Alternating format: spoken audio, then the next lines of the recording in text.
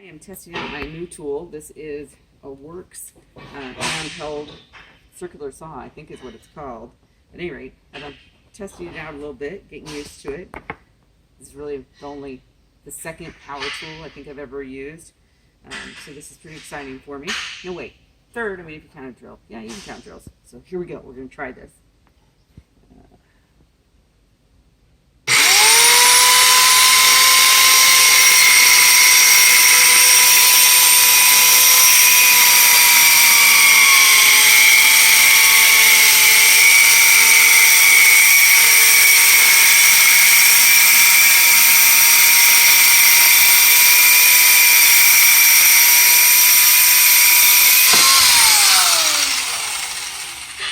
I was off the line a little bit, but you know, I'm working at it, I'm getting it.